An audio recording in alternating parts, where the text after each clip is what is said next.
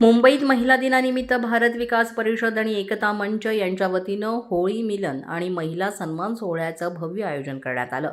विविध क्षेत्रात उल्लेखनीय कामगिरी करणाऱ्या महिलांना पुरस्कार देऊन त्यांचा गौरव करण्यात आला. कार्यक्रमाची सुरुवात वंदे मातरम या राष्ट्रीय गाण्यानं उत्साहपूर्ण वातावरणात झाली.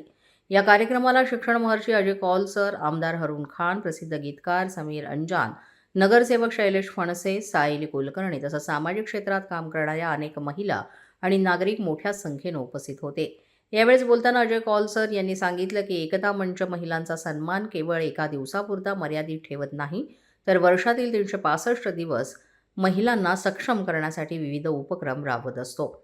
महिलांना स्वावलंबी बनवण्यासाठी मोफत कोर्सेस, प्रशिक्षण आणि व्यावसायिक साहित्य उपलब्ध करून दिलं जातं, असंही त्यांनी सांगितलं.